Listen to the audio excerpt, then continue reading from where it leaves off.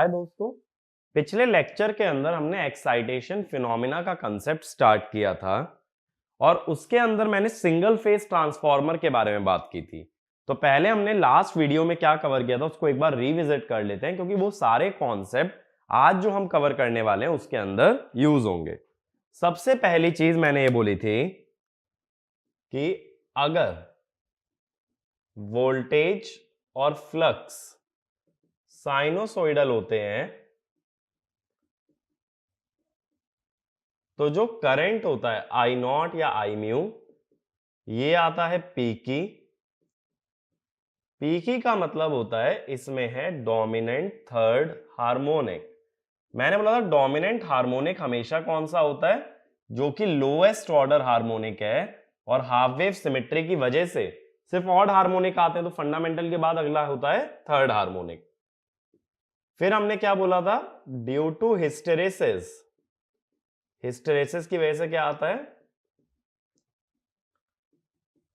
Phase shift by an angle beta.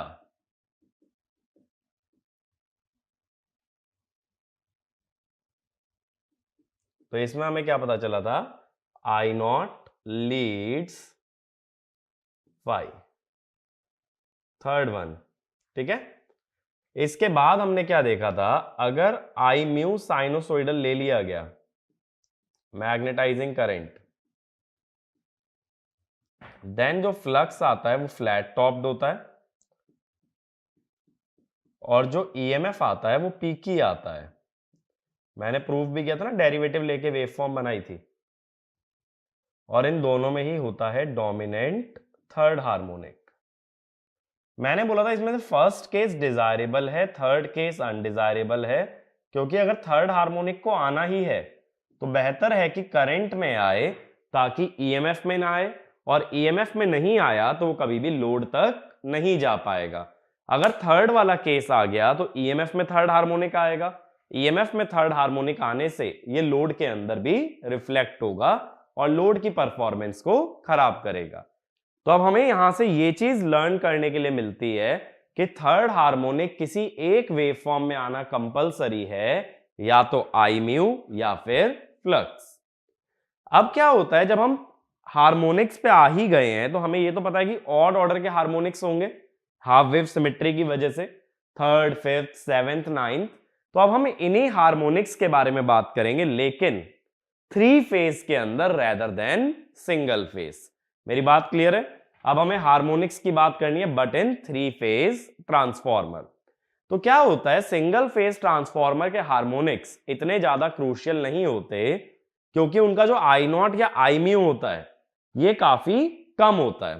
ठीक है, आई not बहुत ही छोटी वैल्यू होती है, तो ये इतना मैटर नहीं करता। लेकिन थ्री फेज ट्रांसफॉर्मर में, थ्री फेज में आने के बाद बहुत सारी चीजें हो सकती हैं हार्मोनिक्स की वजह से, जैसे कि कोई गलत ऑपरेशन, रिले वगैरह गलत काम कर सकता है।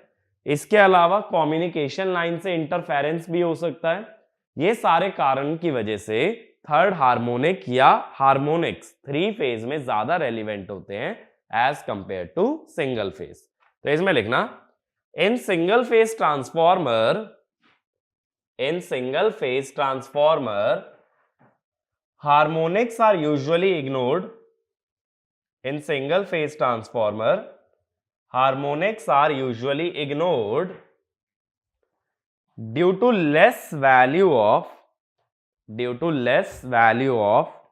no load current, due to less value of no load current, but in three phase transformer, but in three phase transformer, harmonics can cause, three phase transformer harmonics can cause inadvertent operation of protection equipment, inadvertent operation of protection equipment and interference with communication line, and interference with communication line. ठीक है, इसीलिए harmonics किस में ज्यादा important है, harmonics ज्यादा important है हमारे थ्री फेज में। अब देखो क्या होता है, कोई भी non sinusoidal periodic wave form, जैसा कि मैंने पिछले वीडियो में भी बोला था, जब कोई non sinusoidal periodic wave form होती है, it can be expressed in terms of Fourier series. और फूरियर सीरीज में वो सभी टर्म जो एक पर्टिकुलर फ्रीक्वेंसी के मल्टीपल में चलती हैं, they are called as harmonics. और हाफ वेव सिमेट्री के कारण सिर्फ कौन से हार्मोनिक्स आते हैं? Odd harmonics. तो अब अगर मैं मान लो वोल्टेज का एग्जांपल लूं, सबसे पहले मैं बात कर रहा हूं भाई फंडामेंटल, ठीक है। अगर मैं फंडामेंटल की बात करूं तो ए फेज को मैं रेफरेंस मान रहा हूं Vm1 साइन ओमेगा टी,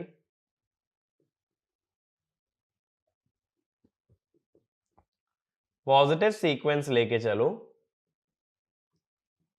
क्योंकि बाय डिफॉल्ट जब तक सीक्वेंस स्पेसिफाई ना करे दैट इज पॉजिटिव सीक्वेंस। मान लो इसका मतलब क्या है कि अगर मैं फोरियर सीरीज लिखता हूं VA VB VC की, तो तीनों में पहली टर्म आएगी फंडामेंटल। और फंडामेंटल को हम क्या लिख रहे हैं? VA1 B1 और C1। ऐसा सोचो मेरे पास तीन वेव फॉर्म है A B और C फेज के लिए, और तीनों वेव फॉर्म में कितना शिफ्ट है? 120। तो तीनों की जब फोरियर सीरीज लिखोगे तो तीनों में सबसे पहली टर्म कौन सी बनेगी भाई? फंडामेंटल। अब अगर इसको फेजर में शो करोगे, ये हुआ VA1 VB1 और इधर से ये VC1। तीनों का मैग्नीट्यूड बराबर है और फेज शिफ्ट है 120 डिग्री। तो ये फंडामेंटल कैसे चल रहा है? ये फंडामेंटल चल रहा है एज बैलेंस्ड, ठीक है। फंडामेंटल कंपोनेंट तीनों बैलेंस्ड है। और कौन सा सीक्वेंस लेके चले हम? पॉजिटिव सीक्वेंस, ठीक है। अब अगला हार्मोनिक, ये तो फंडामेंटल है, डिजायरेबल है। अब हार्मोनिक्स पे आते हैं, सबसे पहला कौन सा होगा? Third harmonic. मैंने बोला था अगर हाफ वेव सिमेट्री ना हो तो पहला हार्मोनिक होता है सेकंड हार्मोनिक, और वही होता है मोस्ट डोमिनेंट। लेकिन जब तक हाफ वेव सिमेट्री है तो पहला हार्मोनिक होगा third harmonic which will be most dominant. Third harmonic में क्या करना पड़ेगा कि सबके जो ब्रैकेट की टर्म्स हैं वो 3 से मल्टीप्लाई हो जाएंगी और मैक्सिमम वैल्यू भी चेंज हो जाएगी। ये जो कॉन्सेप्ट है ना, ये बहुत आगे तक जाएगा, इसीलिए ये बहुत ध्यान से समझना है, ठीक है। आगे बार बार यही चीजें एक्सप्लेन नहीं करूंगा अदर मशीन्स के अंदर।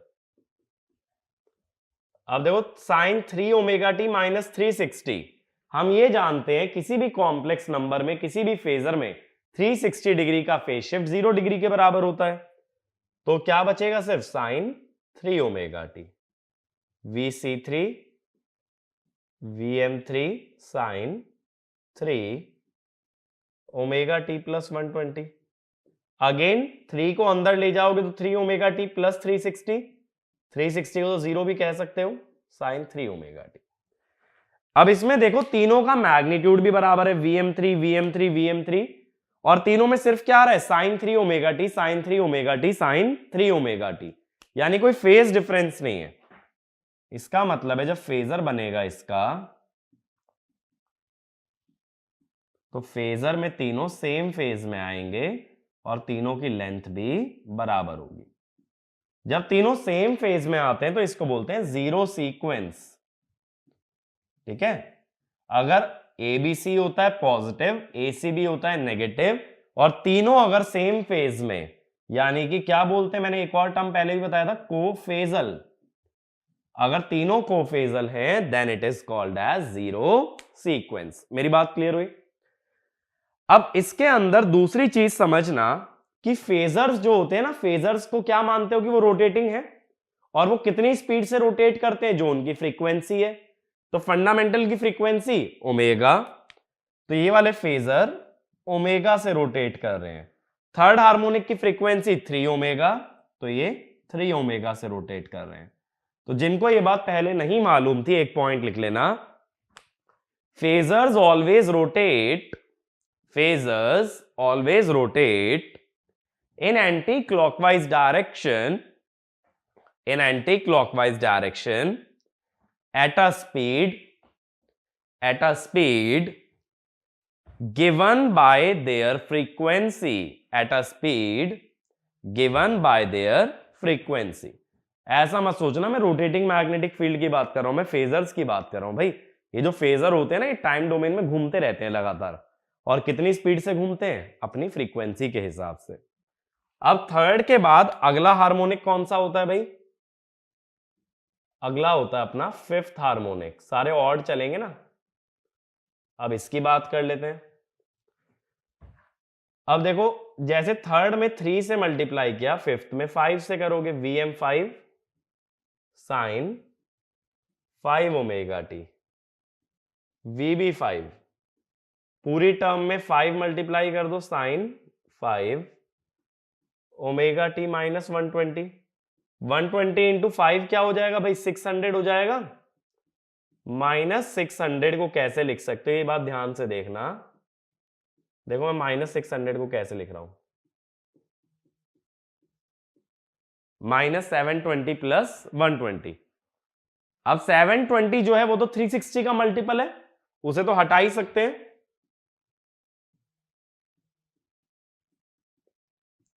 तो ये हो गया 5 ओमेगा टी प्लस 120। ऐसी Vc5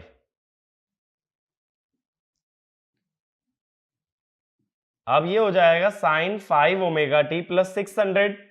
600 को लिख लो 720 माइनस 120।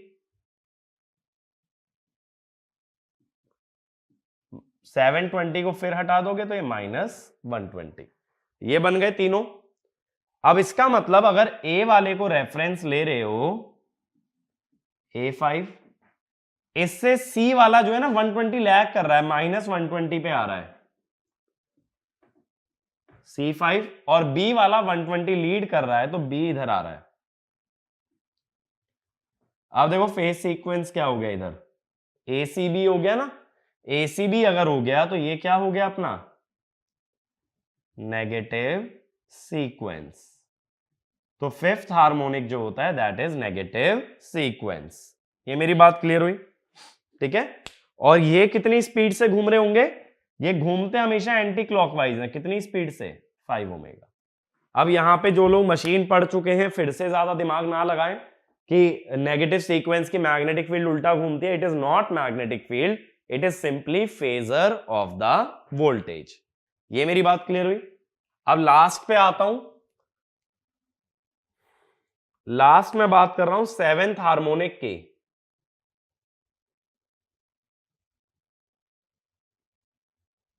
ठीक है, फिफ्थ के बाद अगला सेवेंथ होगा ना, तो क्या करोगे? A7 B7 C7। A7 में क्या हो जाएगा? 7 ओमेगा टी। B7 में सोचो क्या होगा?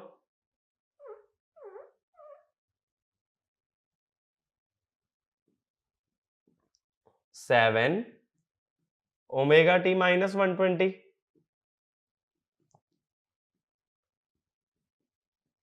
क्या हो जाएगा? 7 ओमेगा टी माइनस 840। अब देखो मैं डायरेक्ट बोल रहा हूं, 840 को लिख लो 720 प्लस 120, तो माइनस 840 बन रहा है, यानी माइनस 720 माइनस 120। 720 को हटा सकते हो तो बचेगा 120। ठीक है, इस बात पे भी ध्यान देना, मैंने ऐसे ही नहीं लिख दिया 120 एज इट इज। मैंने 7 इंटू 120 को किया 840, 840 को फिर लिखा 720 प्लस 120 और वहां से आया। अब ऐसे ही देखो यहां पे क्या होगा, ये 7 ओमेगा टी प्लस 840 प्लस 840 माने 720 प्लस 120। 720 को तो रिमूव कर सकते हो, 360 का मल्टीपल है, तो प्लस 120। यानी अब ये आ गया VA7, फिर इससे 120 लैगिंग है VB7 और 120 लीडिंग है VC7। अब देखो फेज सीक्वेंस क्या बन रहा है, ABC। तो ये है अपना पॉजिटिव सीक्वेंस, और यहां सारे ही फेजर एंटी क्लॉकवाइज घूमेंगे। कितनी स्पीड से? 7 ओमेगा की स्पीड से। तो अब देखो यहां से हमें क्या मालूम चला, बात यह है कि मैं इसके आगे क्यों नहीं जा रहा, मैं 9th 11th 13th पे क्यों नहीं जा रहा, क्योंकि अब मैं यहां से समराइज क्या करता हूं कि मेरे पास 3 कैटेगरी है हार्मोनिक्स की, 3 कैटेगरीज। पहली है 3K, जिसको बोलते हैं ट्रिपलेन हार्मोनिक, यानी थर्ड के मल्टीपल, जैसे कि थर्ड, सिक्स्थ, 9th, 12th।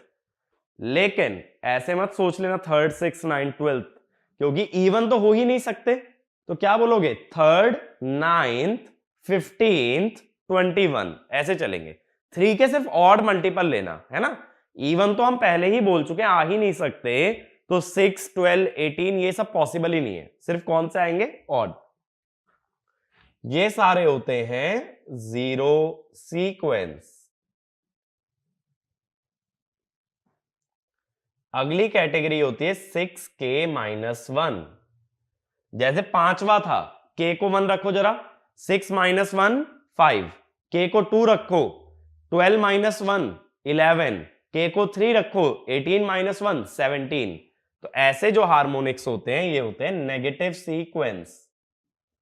अभी हमने देखा ना, ये नेगेटिव सीक्वेंस आया था पांचवा। तीसरा होता है 6K+1, 6K+1, जैसे K को 1 रखा 7, 2 रखा 13, 3 रखा 19, ये सारे होते हैं पॉजिटिव सीक्वेंस।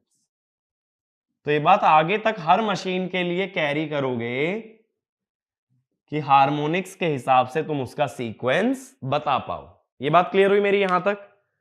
अब देखो मैंने क्या बोला था, जैसे जैसे हार्मोनिक का ऑर्डर बढ़ता है उसकी स्ट्रेंथ गिरती है। इस लॉजिक से तुम यहां पे ये भी कह सकते हो कि Vm1 से छोटा होगा Vm3, उससे छोटा Vm5, उससे छोटा Vm7। तो as order of harmonic increases, strength of harmonic reduces. इसलिए थर्ड हार्मोनिक मोस्ट डोमिनेंट होता है, क्योंकि उसका ऑर्डर या उसकी मैक्सिमम वैल्यू या उसका एम्पलीट्यूड बाकी सभी हार्मोनिक से सबसे ज्यादा होता है। मेरी बात क्लियर है? अब देखो सिंगल फेज में कभी हमने 5th और 7th हार्मोनिक की बात ही नहीं की थी, सिर्फ कहां तक पढ़े थे हम लोग? थर्ड हार्मोनिक तक। उसका रीजन ये था कि अब 5th और 7th हार्मोनिक में ना सीक्वेंस की बात होने लग गई है कि पॉजिटिव सीक्वेंस है, नेगेटिव सीक्वेंस। सिंगल फेज में फेज सीक्वेंस का कोई फंडा नहीं होता है, इसीलिए वहां हमने 5th और 7th को वैल्यू नहीं दिया था। ठीक है, मेरी ये बात क्लियर हुई? अब ऐसे एक क्वेश्चन बना के लिख लो, what is special about third harmonic? What is special about third harmonic? तो इसमें पहला पॉइंट लिखना, third harmonic magnitude is more than any other harmonic, so it is most dominant, ये चीज मैंने अभी बताई भी है। अगला point, in three phase third harmonic of all the phases,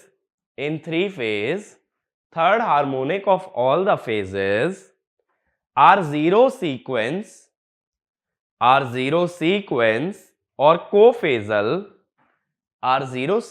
or cophasal, so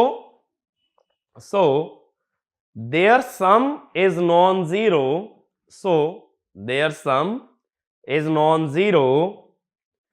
and they are unbalanced,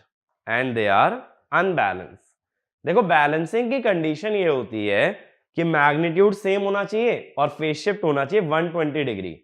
third harmonic में magnitude तो सेम है लेकिन फेज शिफ्ट नहीं है, इसका मतलब है थर्ड हार्मोनिक क्या रह गए? अनबैलेंस। बात क्लियर हो रही है? तो थर्ड हार्मोनिक की सबसे बड़ी प्रॉब्लम ही ये होती है they are unbalanced, their sum is non zero. अब देखो हम ये जानते हैं जब हम थ्री फेज पे आते हैं तो मेजर कनेक्शन अपने कौन से होते हैं, स्टार और डेल्टा। जिगजैग वगैरह तो मैंने बताया था थर्ड हार्मोनिक एलिमिनेट करने के लिए बना था। अब ये बात तो क्लियर हो रही है ना, थर्ड हार्मोनिक को फेजल था, उसको एलिमिनेट किससे कर सकते थे, जिगजैग से। लेकिन मैं बात कर रहा हूं जो मेजर कनेक्शन है अपने वो है स्टार और डेल्टा, ठीक है। तो सबसे पहले स्टार कनेक्शन पे आते हैं।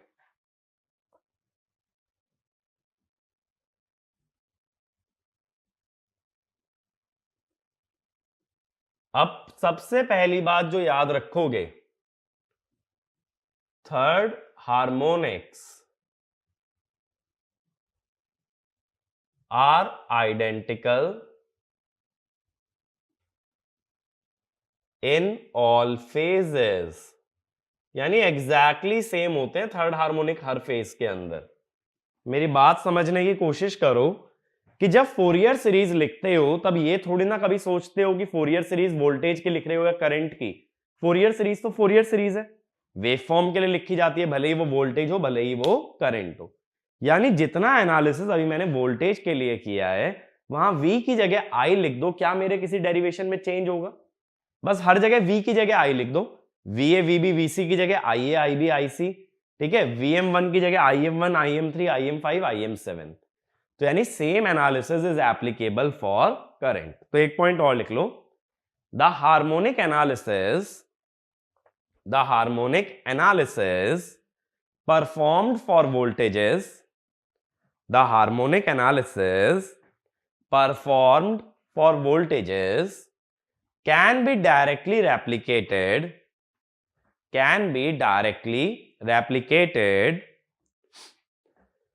to currents as well, can be directly replicated to currents as well। अब देखो स्टार कनेक्शन में मैं क्या बोल रहा हूं, सबसे पहली बात थर्ड हार्मोनिक का जो ईएमएफ है, जो वोल्टेज है, उसको मैं शो करता हूं। अब भाई दिमाग में ये आएगा थर्ड हार्मोनिक तो एसी है ना, साइनोसोइडल है, फिर भी मैं उसको कैसे दिखा रहा हूं, उसको मैं एक बैटरी की तरह दिखा रहा हूं। उसका रीजन समझाता हूं।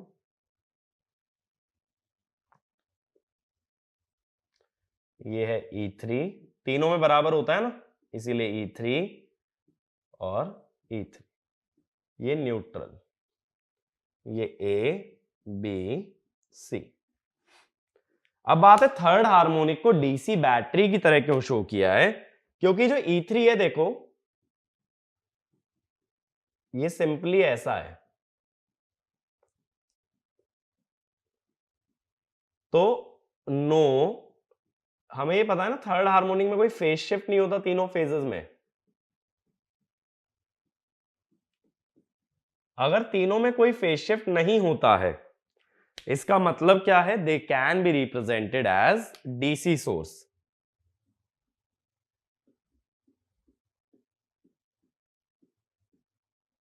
अगर फेज शिफ्ट होता तो V एंगल थीटा लिखते या E एंगल थीटा लिखते, लेकिन जब एंगल जीरो है तो उसको हमने कैसे दिखा दिया, एक स्केलर की तरह, ठीक है। बट डीसी की तरह दिखा तो रहे हैं, but they are actually AC. सिर्फ डीसी की तरह क्यों दिखाया है, क्योंकि इनका फेज जीरो है, बट एक्चुअल में एसी है, ऐसा मत सोचना डीसी है। अब मान लो मुझे ए और बी के बीच में थर्ड हार्मोनिक चाहिए, ए बी। थ्री क्यों लिखा है, क्योंकि ए बी के बीच में फंडामेंटल भी आएगा, जब यहां फंडामेंटल दिखाओगे फिफ्थ भी आएगा सेवेंथ भी आएगा, बट मैं बात अभी सिर्फ किसकी कर रहा हूं, थर्ड की। तो कैसे निकालोगे, देखो ए से बी तक केवीएल लगाओ, वी A3, ये वाला पॉइंट A3 माइनस E3, मैं न्यूट्रल पे आ गया, plus E3 equal to VB3, तो B पे आ गए ना, तो A3 minus B3 equal to 0, ये तो कट गए, यानी VAB3 इक्वल टू 0। यानी लाइन वोल्टेज में कोई थर्ड हार्मोनिक प्रेजेंट नहीं होगा, no third harmonic in line voltage. दोबारा से इस बात को समझो, थर्ड हार्मोनिक तीनों फेज में आइडेंटिकल है, उसको मैंने दिखाया E3, E3 और E3। अब लाइन वोल्टेज बनाने के लिए क्या करना पड़ेगा? फेज वोल्टेज का डिफरेंस। अब जब दोनों फेज वोल्टेज में थर्ड हार्मोनिक 3 E3 और E3 है, तो सब्ट्रैक्शन में क्या हो जाएगा? 0। नहीं तो दूसरा तरीका समझो, ये वाला एक मेथड क्लियर हुआ ना? अब देखो, जैसे VA है, ये है Vm1 sine omega T fundamental, Vm3 sine 3 omega T third harmonic, Vm5 sine 5 omega T fifth harmonic, Vm7 sine 7 omega T seventh harmonic. ऐसे आगे भी होगा, नाइन्थ वगैरह चलेंगे। VB, Vm1 फंडामेंटल कैसे था? पॉजिटिव सीक्वेंस था, omega T minus 120। Third harmonic था, जीरो सीक्वेंस, तो सेम फेज में था। फिफ्थ हार्मोनिक नेगेटिव सीक्वेंस आया था, 5 omega T plus 120। Seventh harmonic again positive sequence था, 7 omega T minus 120 and so on. अब देखो, जब VA माइनस VB करोगे, VAB क्या होगा? VA minus VB। अब जब सब्ट्रैक्ट करोगे, देखो फंडामेंटल, देखो यहां साइन ओमेगा टी है, साइन ओमेगा टी माइनस 120। जब दो फेजर अलग अलग एंगल पे होंगे तो उनका difference non zero. Sine 3 omega T sine 3 omega T cut जाएगा डिफरेंस में। 5 omega T plus 120 again difference non zero. 7 omega T minus 120 difference non zero. तो कोई भी दो फेजर का डिफरेंस जीरो तब आएगा जब उनका मैग्नीट्यूड और फेज बराबर हो।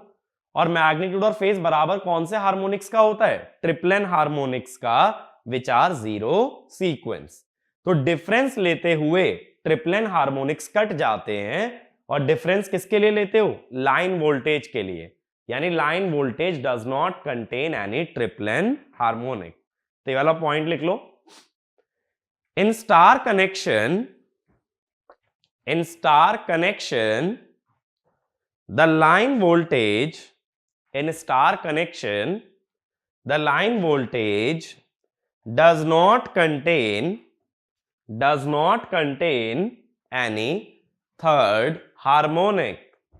Line voltage does not contain any third harmonic, but third harmonic can be present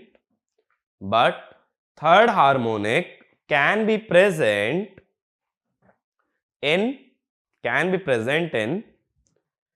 phase of star connection.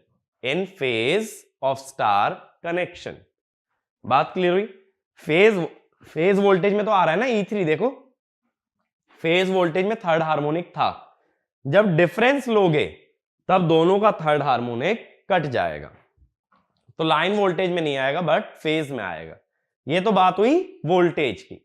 अब मैंने तुम्हें क्या बोला कि जो एनालिसिस वोल्टेज में लगाते हो वही एनालिसिस किस में लगा सकते हैं? करंट में। तो अब ऐसे देखो, सपोज यहां से करंट आया IA3, IB3 और IC3। ये जो IA3, IB3 और IC3 हैं, थर्ड हार्मोनिक के करंट हमेशा बराबर होते हैं। ये क्या है? IM3 sine 3 omega T.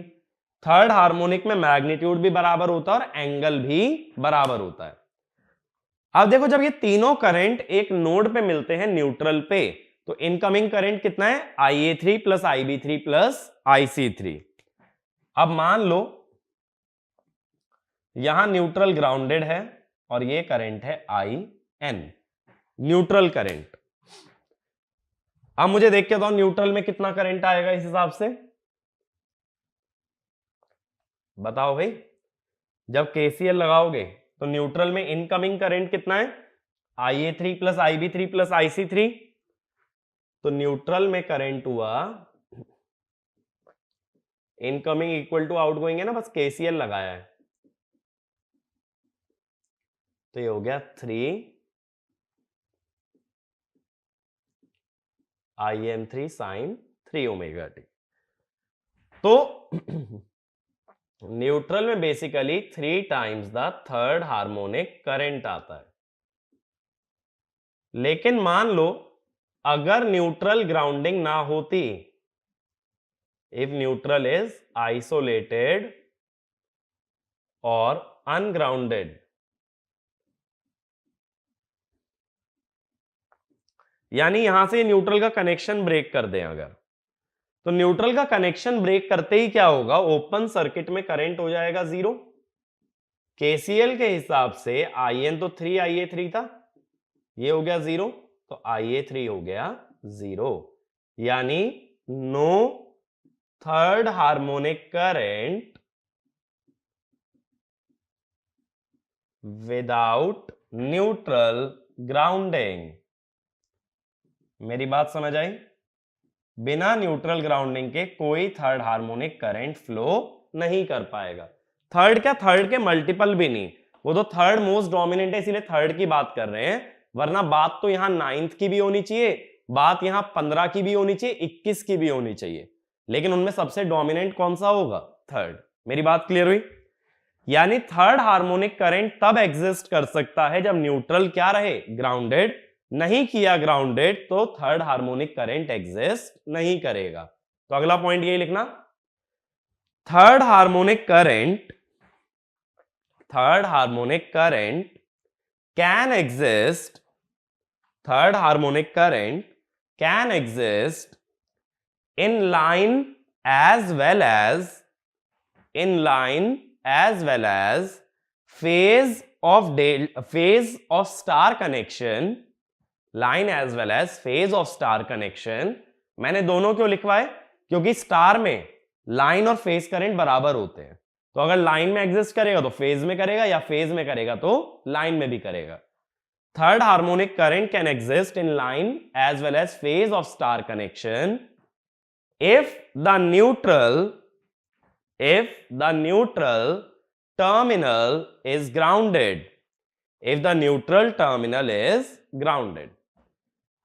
अब देखो यहां से स्टार के बारे में क्या क्या मालूम चला, थर्ड हार्मोनिक वोल्टेज फेज में हो सकती है, लाइन में नहीं। थर्ड हार्मोनिक करंट लाइन और फेज दोनों में होगा, सिर्फ और सिर्फ कब, अगर न्यूट्रल ग्राउंडेड रहे। इतनी बात यहां तक क्लियर होती है? तो आगे चलते हैं। अब देखो यहां पे ना एक चीज और समझाता हूं, ये चीज ना तुम्हारी पावर सिस्टम में भी आएगी जीरो सीक्वेंस के नाम से ना, अभी तो हम थर्ड हार्मोनिक की बात कर रहे हैं। देखो एक चीज समझना, जैसे वोल्टेज की फोरियर सीरीज होती है ऐसी तो करंट की भी होगी। IA होगा IM1 sine omega T, IM3 sine 3 omega T, IM5 sine 5 omega T, IM7 sine 7 omega T. ऐसे चलेगा ना? ऐसी IB की बात करो, पॉजिटिव सीक्वेंस मान के चलते हो, थर्ड हार्मोनिक होता है जीरो सीक्वेंस, फिफ्थ हार्मोनिक होता है नेगेटिव सीक्वेंस,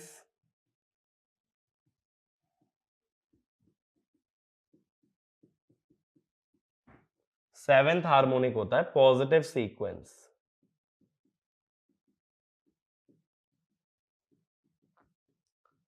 ठीक है, IC फंडामेंटल तो पॉजिटिव सीक्वेंस है, तो A को लीड करेगा by 120।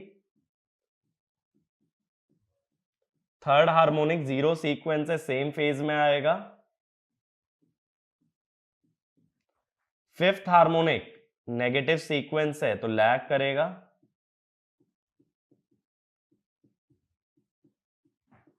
Seventh harmonic positive sequence है, लीड करेगा। अब KCL के हिसाब से तुम क्या कह सकते हो कि न्यूट्रल में जो जाएगा करंट वो तीनों का सम ही तो जाएगा हमेशा, सिर्फ थर्ड हार्मोनिक क्यों सोच रहे हो? तो ये सोचो अगर टोटल करंट की बात करते। अब देखो फंडामेंटल वाला बैलेंस्ड है साइन ओमेगा टी, -120 प्लस 120, तो फंडामेंटल का सम क्या आएगा? 0। थर्ड हार्मोनिक कोफेजल है, तो सम क्या आएगा? तीनों का सम हुआ 3 sin 3 ओमेगा टी। फिफ्थ पे आ जाओ, 5 omega T, 5 omega T plus 120, 5 omega T minus 120, balanced है, सम 0। 7 को देखो, 7 omega T minus 120 plus 120, balanced है, सम 0। ऐसे आगे 9th वाला भी आ जाएगा, वो भी कोफेजल होगा। तो न्यूट्रल में सिर्फ कौन से करंट आएंगे? न्यूट्रल में जो करंट होता है वो सिर्फ होता है ट्रिप्लेन हार्मोनिक्स का, और कोई करंट नहीं आ सकता। ठीक है, फंडामेंटल, फिफ्थ, सेवेंथ, ये सारे करंट्स ऐड होके 0 हो जाते हैं because they are balanced in nature. अब अगर तुम्हें ये लगे मैंने डायग्राम ऐसा ही क्यों बनाया, डायग्राम में पूरी फोरियर सीरीज क्यों नहीं दिखाई, तो बेसिक नेटवर्क पे जाओ। तुम जब एसी एनालिसिस पढ़ते हो तो उसमें एक सुपरपोजिशन थ्योरम पढ़ते हैं। उसमें हम क्या कहते हैं, सुपरपोजिशन थ्योरम में जब अलग अलग फ्रीक्वेंसी के सोर्सेज होते हैं, हमारे पास होते हैं ना अलग अलग फ्रीक्वेंसी के सोर्स, तो उस केस में हम क्या करते हैं, एक सोर्स एट अ टाइम लेते हैं। यही चीज हार्मोनिक्स में है। वोल्टेज और करंट के अंदर अलग अलग फ्रीक्वेंसी की टर्म्स है, तो सबको एक साथ लेके नहीं चल सकते, हमें क्या करना पड़ेगा, one frequency at a time लेनी पड़ेगी। तो ये जो नेटवर्क बना है ये सिर्फ कौन सी फ्रीक्वेंसी को देखते हुए बना है, थर्ड हार्मोनिक को, क्योंकि थर्ड हार्मोनिक की 0 सीक्वेंस है और वही वैल्यू मैक्सिमम भी है। इसीलिए ये मत सोचना मैंने बाकी के क्यों नहीं दिखाए, फंडामेंटल, फिफ्थ, सेवेंथ, सिंपल सा reason, basic reason, because we are drawing this circuit only for triplen और थर्ड हार्मोनिक। ठीक है, अगर फिफ्थ का बनाना है तो फिफ्थ का अलग बनाओ सर्किट, सेवेंथ का बनाना है तो उसका सर्किट भी अलग बनेगा। तो ये वाला पॉइंट भी लिख लेना। For harmonic analysis, we need to apply superposition theorem.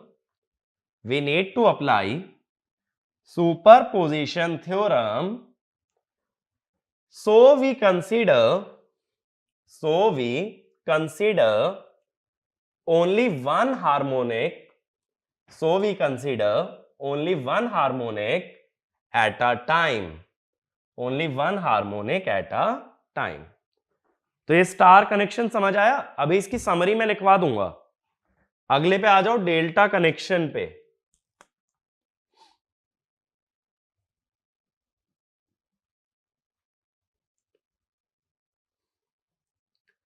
Again इसके अंदर जो मैं बात करने वाला हूं वो सिर्फ मैं बात करूंगा थर्ड हार्मोनिक की, क्योंकि वही अपने लिए मोस्ट क्रूशियल है।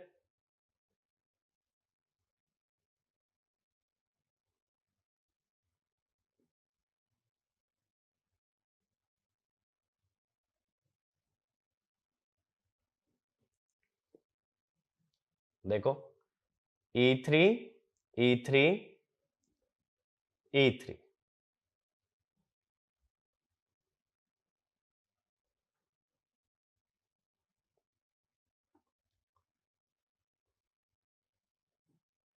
यहां मैंने लगा रखा है एक वोल्ट मीटर। ठीक है, सबसे पहली चीज जो तुम्हें पता होनी चाहिए वो ये कि एक आइडियल वोल्ट मीटर जो होता है, आइडियल वोल्ट मीटर हमेशा काम करता है एक ओपन सर्किट का। इसका मतलब ये हुआ जब तुमने लूप में वोल्ट मीटर लगा दिया तो no current inside the loop, current कुछ नहीं हो सकता लूप के अंदर। ठीक है, अब मान लो ये वोल्ट मीटर की वोल्टेज है V, मैं ये जानना चाहता हूं इस लूप के अंदर ये वोल्ट मीटर क्या रीडिंग देने वाला है। क्या रीडिंग देगा, जरा लगाना KVL। माइनस से plus, plus V plus E3 plus E3 plus E3 equal to 0, तो V इक्वल टू -3 E3। और अगर पोलैरिटी रिवर्स कर लो वोल्ट मीटर की, यानी पोलैरिटी क्या कर लो, माइनस प्लस की जगह प्लस माइनस, तो क्या आ जाएगा 3E3। ये तो पोलैरिटी तो मैंने अपनी मर्जी से मानी है ना, प्लस माइनस, तो मैं लिख भी देता हूं नीचे, if polarity of volt meter is reversed, अगर वोल्ट मीटर की पोलैरिटी रिवर्स कर दें तो वोल्ट मीटर की रीडिंग कितनी आएगी भाई, 3 टाइम्स E3। अब मेरी बात को समझना, यहां हुआ क्या, जब लूप के अंदर केवीएल लगा तो तीनों वोल्टेज ऐड हो गई। कौन सी voltage, A B B C और सी ए। अब तीनों वोल्टेज थ्री फेज वोल्टेज है, ए बी बी सी और सी ए। ये ध्यान देना, डेल्टा में लाइन और फेज वोल्टेज तो सेम होती है, तो तीनों वोल्टेज थ्री फेज वोल्टेज है। थ्री फेज वोल्टेज में फंडामेंटल भी होगा, थर्ड हार्मोनिक भी होगा, फिफ्थ हार्मोनिक भी होगा, सेवेंथ हार्मोनिक भी होगा, सब चीजें होंगी। अब जैसे मैंने स्टार में करंट्स को ऐड किया था न्यूट्रल करंट निकालने के लिए, केसीएल लगाया था ना, ऐसे ही यहां केवीएल लगा रहा हूं किसकी रीडिंग निकालने के लिए, वोल्टेज की। तो वोल्टेज निकालने के लिए जब केवीएल लगा और तीनों फेज की वोल्टेज ऐड हुई, तो तीनों फेज में फंडामेंटल तो बैलेंस था, उसका सम 0। थर्ड हार्मोनिक का सम 3 गुना आ गया। फिफ्थ हार्मोनिक बैलेंस था, उसका सम 0। सेवेंथ हार्मोनिक बैलेंस था, उसका सम 0। कहने का मतलब यह है कि अपने केस में वोल्ट मीटर रीडिंग क्या मिलेगी हमें, it is equal to sum of three phase voltages. Phase voltage कह लो, लाइन वोल्टेज कह लो, डेल्टा में सेम होती है। लेकिन मेरी बात को समझने की कोशिश करना, थ्री फेज वोल्टेज तीनों में क्या है, पूरी पूरी फोरियर सीरीज है। फोरियर सीरीज में फंडामेंटल भी है, थर्ड भी है, फिफ्थ भी है, सेवेंथ, सारे हार्मोनिक आ रहे हैं। फंडामेंटल बैलेंस है, सम 0। फिफ्थ बैलेंस है, सम 0। सेवेंथ बैलेंस है, सम 0। यानी ये रीडिंग कैसी बननी चाहिए, ये रीडिंग होनी चाहिए 3 EM3 साइन 3 ओमेगा टी, 3 को फेजल वाले बचेंगे ना, EM9 sine 9 omega T, 3 EM15 sine 15 omega T. इस तरह से चलेगा। अगर ये वोल्ट मीटर, अगर ये आरएमएस रीड करता है, जैसे मूविंग आयरन होता है, इलेक्ट्रोडायनेमोमीटर होता है, ये सब आरएमएस बताते हैं। तो किसी फोरियर सीरीज की आरएमएस कैसे लिखते हो भाई, 3 1/2 EM3 का स्क्वायर, EM9 का स्क्वायर, ऐसे EM15 का स्क्वायर अंडर रूट। ठीक है, 3 मैंने कॉमन ले लिया है। तो अगर कोई आरएमएस रीडिंग वोल्ट मीटर है तो वो आरएमएस वैल्यू किसकी दे देगा, थर्ड, नाइन्थ, 15th हार्मोनिक की।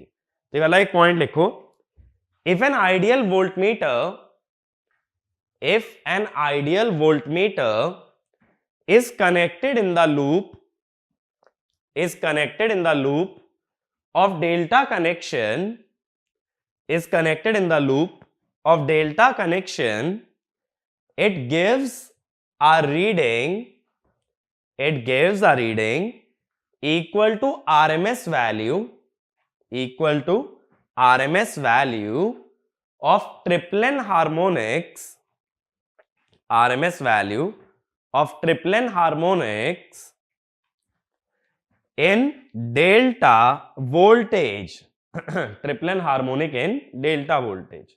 इस पे मैं न्यूमेरिकल भी बना सकता हूं, इसलिए ध्यान रखना 3 गुना रीडिंग आती है, क्योंकि तीनों फेज का सम हो जाता है। ये बात क्लियर हुई। तो वोल्टेज के बारे में बात करनी थी तो मैंने क्या लगा दिया, एक वोल्ट मीटर। अब बात करते हैं करंट की। करंट के लिए लूप के अंदर क्या लगाना पड़ेगा, एक एमीटर। ठीक है, अब एक जो आइडियल एमीटर होता है,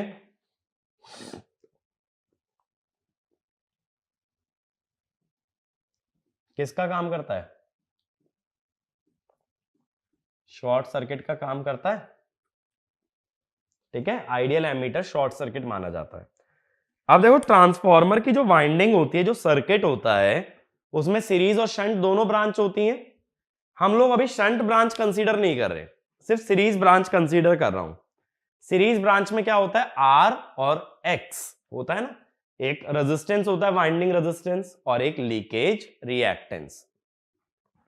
ये जो लीकेज रिएक्टेंस होती है, होता तो एक इंडक्टर है और इंडक्टर की रिएक्टेंस कितनी होती है, ओमेगा एल। लेकिन जब थर्ड हार्मोनिक की बात करूं तो फ्रीक्वेंसी कितनी है, 3 ओमेगा, तो उसकी रिएक्टेंस कितनी होगी, 3 ओमेगा एल, ना कि ओमेगा एल। भाई तुम एक चीज सोचो, नेटवर्क में सुपरपोजिशन क्यों पढ़ा था, क्योंकि जब अलग अलग फ्रीक्वेंसी के सोर्स आ गए तब सबके लिए इंपिडेंस भी अलग अलग होगी। इंपिडेंस अगर सबके लिए अलग अलग है तो तुम्हें 1 by 1 डील करना पड़ेगा। Impedance is always a function of frequency and hence for third harmonic the impedance will be different. तो अब मैं क्या कहता हूं, थर्ड हार्मोनिक के लिए ट्रांसफॉर्मर के अंदर जो इंपिडेंस दिखाओगे, अभी मैंने इंपिडेंस क्यों नहीं दिखाई थी, क्योंकि करंट नहीं था, इंपिडेंस का क्या करता,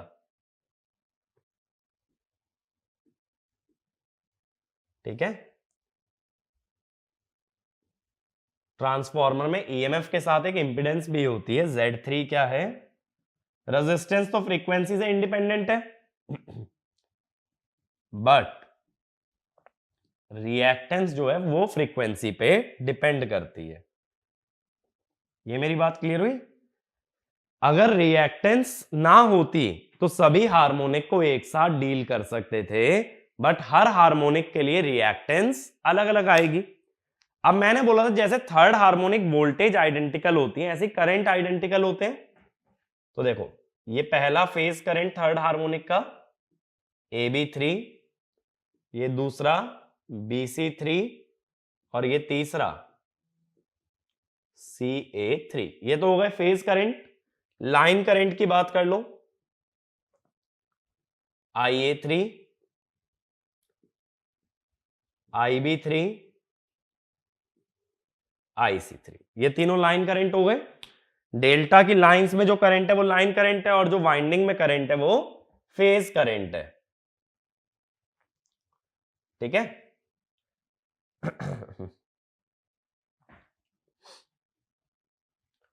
अब देखो क्या होगा, सबसे पहले अगर फेज करंट से लाइन करंट निकालना है, या पहले मैं ये लिख देता हूं, ये जो तीनों फेज करंट है, थर्ड हार्मोनिक के करंट, थर्ड हार्मोनिक तो हमेशा आइडेंटिकल होते हैं ना, तो ये तीनों करंट बराबर होंगे। अब मैं क्या कहता हूं, अगर फेज करंट से लाइन करंट पे जाना है तो केसीएल लगाओगे। IA3 कैसे लिखोगे जरा देखना केसीएल से, IAB3 minus ICA3, AB minus CA, तो ये तो हो जाएगा 0। जब दोनों आइडेंटिकल है तो उनका डिफरेंस 0।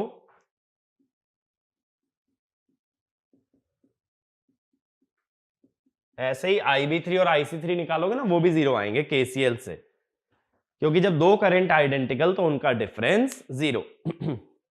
इसका मतलब ये हुआ कि थर्ड हार्मोनिक जो है करंट, वो डेल्टा की लाइन में कभी नहीं आ सकता, सिर्फ किस में आ सकता है, फेज में। तो ये वाला पॉइंट भी लिख लो, third harmonic current cannot exist, third harmonic current cannot exist in the line of delta connection,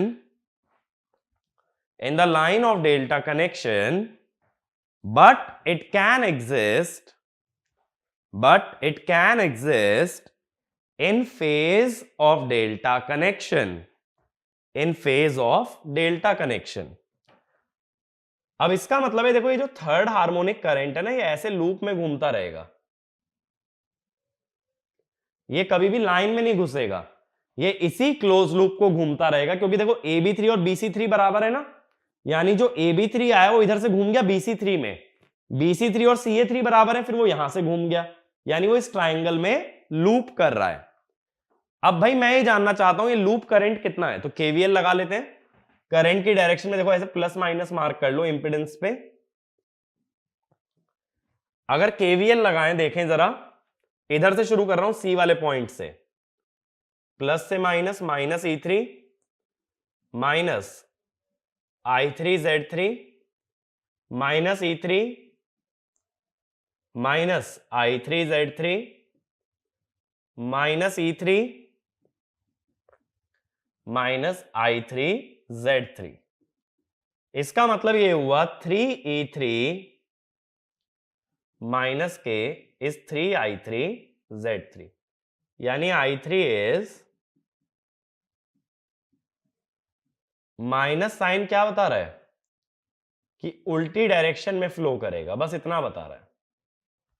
ये आ गया करंट। अब एक बार देखो, ये करंट आने के बाद मैं तुमसे ये पूछता हूं, मुझे बताओ भाई ए और बी के बीच की line voltage, third harmonic line voltage, A से बी तक जरा केवीएल लगाएं तो क्या होगी, E3 प्लस I3Z3। अब देखो I3Z3 कितना है, यहां से Z3 को अगर लेफ्ट में ले जाओ माइनस E3 है, कितना हो गया, 0। यानी थर्ड हार्मोनिक अब भी जब मैं लाइन वोल्टेज में निकाल रहा हूं तो क्या आ रहा है, 0। लेकिन क्यों आ रहा है 0, क्योंकि जितना ईएमएफ बना उतना ही ड्रॉप आ गया Z3 में, और नेट वोल्टेज क्या हो गई, 0। ईएमएफ बना था, थर्ड हार्मोनिक वोल्टेज बनी थी, और वो मैंने वोल्टमीटर की रीडिंग में देखी भी थी, लेकिन जैसे ही करंट फ्लो करना शुरू हुआ उसने उस वोल्टेज को कैंसिल आउट कर दिया, तो बाहर के टर्मिनल्स पे जो वोल्टेज मिली दैट विल बी 0। यानी स्टार की तरह डेल्टा में भी लाइन में थर्ड हार्मोनिक वोल्टेज नहीं होती। तो ये वाला पॉइंट लिख लेना, third harmonic voltage in delta connection, third harmonic voltage in delta connection is cancelled by the voltage drop, is cancelled by the voltage drop in Z3, is cancelled by the voltage drop in Z3, and hence third harmonic voltage does not appear, and hence third harmonic voltage does not appear in line and phase of delta connection, in line and phase of delta connection। ये भी बात clear हो गई।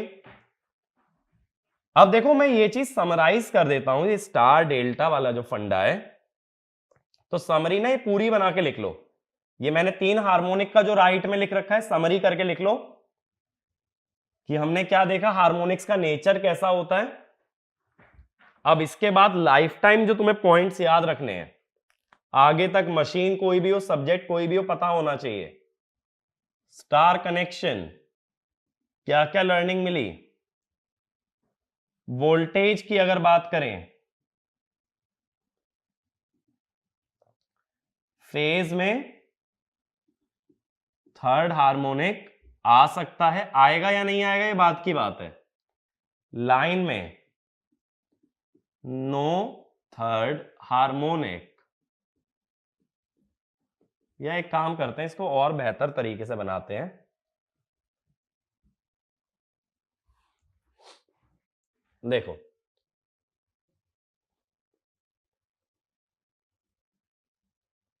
Phase voltage, phase current, line current, line voltage. Third harmonic के लिए बना रहा हूं मैं star delta. Can exist, star में फेज करंट में third harmonic if neutral is grounded,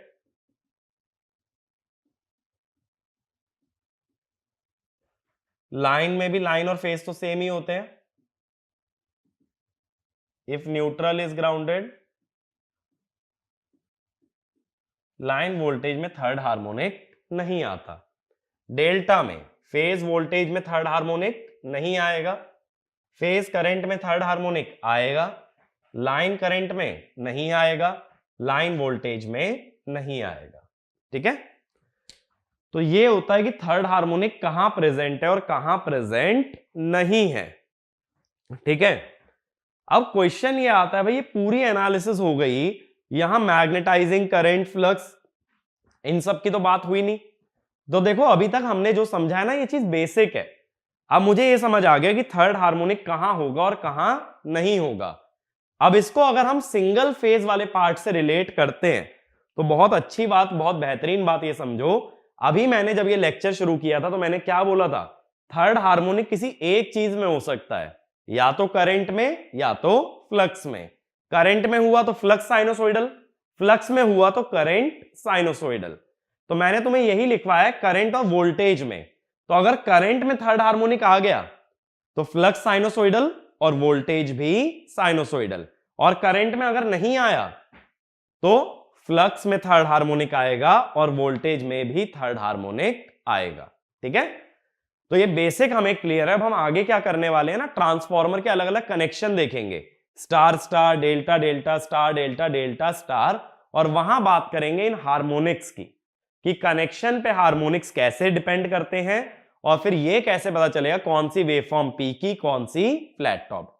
but ये सारी बातें मैं आप लोगों से करूंगा नेक्स्ट वीडियो के अंदर, बट पहले इतना बेसिक बहुत अच्छे से तैयार होना जरूरी है। ठीक है, तो अगले लेक्चर में मिलते हैं और इस पार्ट को हम लोग कवर अप करते हैं, 3 फेज ट्रांसफॉर्मर। Thank you.